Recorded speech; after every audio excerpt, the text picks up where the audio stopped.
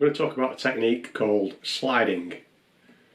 When we're talking about sliding, basically what I mean is we're going to play a note on the guitar with a finger, any finger, on any string, and then we're going to slide that note from whichever place we started to another place, either up or down the fretboard on the guitar. So if I play a note there on the 3rd fret, what I'm going to do is slide that note up to another position or down to another position. So I could slide up to the 5th fret or slide down there to the 1st fret. So if you notice, the last video that I've done actually was about hammer-ons and pull-offs, and what the concept on both of those techniques was the idea of playing a note, picking a note once, and then producing another note without having to pick or pluck again. That's the same concept that we're going to use with the slide. If you noticed when I played that, I played the first note and I didn't play the second note. I relied on the note sustaining just by moving my hand up and down the string. Before I get into a more detailed example of that, just to make it avoid confusion, just to make it clear for you, there's actually two kinds of sliding that you might hear about on guitars if you're reading about it or watching videos. What I'm talking about today is using one of my fingers to perform a slide on the guitar. The other way of doing that is using a very specialist technique where you're using an actual device called a slide or a finger slide. I've got one here. In this case it's a metal one, this is stainless steel. It's, hopefully you can see, it's hollow in the middle and it's round, it's like a cylinder of metal. The way that I'd use this is that I'd put it on my finger and I could use that to slide up and down the instrument.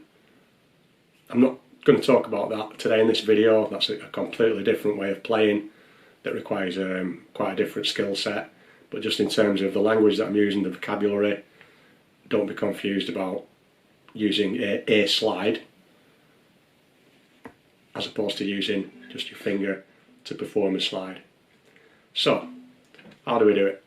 Well, it's quite simple. We're going to play a note on any fret, and then using the same finger that we've used to fret the note, we're going to slide it to a different position on the neck.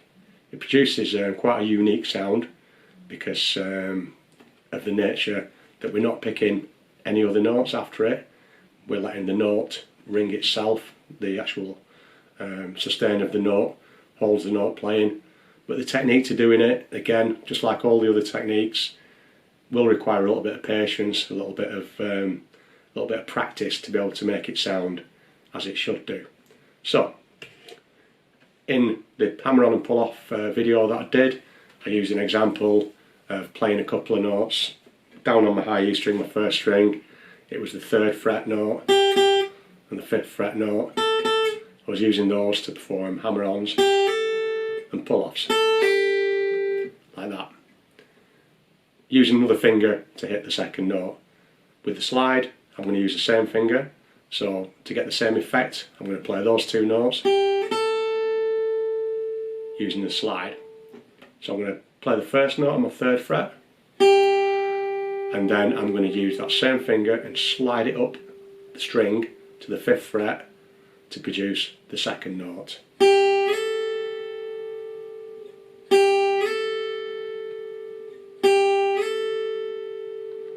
Hopefully you can see that I'm only picking the note once.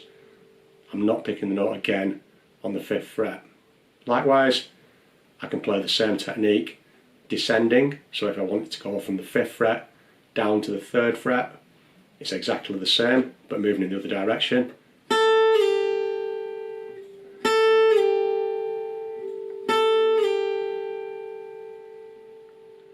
To get the same result, but in reverse. One of the important things with sliding is be careful to make sure we land on the note that we want to land on. When you first start doing this, it can be quite tricky to sort of get the feel of where your finger's going to land up on, end up on. So on the example that I've used, just make sure that you're familiar with the 2 notes, the 3rd fret note and the 5th fret note, what they should sound like. You know, I've chosen those two because they're quite easy to see because you've got dots on those ones, so you can see on your guitar where your fingers should be. If you overshoot, you'll end up with a higher note. If you undershoot, you'll end up with a lower note. So it's just a case of getting the practice in so that your finger's landing up in the place where it wants to be. Just one thing to be aware of if you're new to playing this technique, or if you're new to playing guitar in general and you haven't quite built up the little segs, the little calluses on your fingers, don't do too much of this at once. Sliding is one of those techniques that will give you blisters if you're going too fast at first and try and spend too much time working on it, because you're sliding up and down a piece of metal. Your finger's made of skin, your string's made of metal. Metal beats skin, so if you haven't got those little hard bits on your fingers, just build it up gradually until you're comfortable doing that without any pain in your hands. Do a little bit at a time. In my example, I'm just moving up or down 2 frets. You can slide up and down, all the way up and down the neck if you wish to get the note you want to play. Up to a full octave or down from the octave. It loses a little bit of its ring on the acoustic guitar. Again, like the last video, some of these are quite easier to hear on an electric guitar, but they work perfectly fine on the acoustic. To practice this, I'll put a little exercise together if you want to have a go at this. So I'm going to start at the 3rd fret on my 6th string, my low E string. So I'm going to start there. And I'm going to slide that up to my 5th fret. And once I've got that, I'm going to play my 7th fret on the same string using my 3rd finger. I'm going to slide that back down to the 5th fret. So I've got 2 slides there. I've got one slide from my 3rd fret to my 5th fret, and I've got another slide down from my 7th fret to my 5th fret. So if you do that, try practicing it so that we get a consistent timing on the notes when we repeat that pattern. So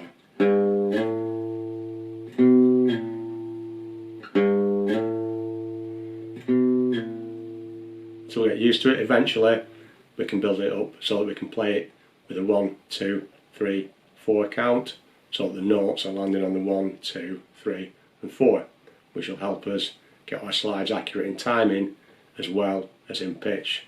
So 1, 2, 3, 4, 1, 2, 3, 4. Start it as slow as you want. Use a metronome if you like. That'll help you get it to a nice accurate timing, and practice it across all of the strings. So and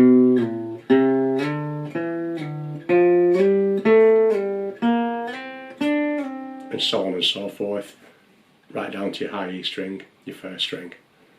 Have a go at that.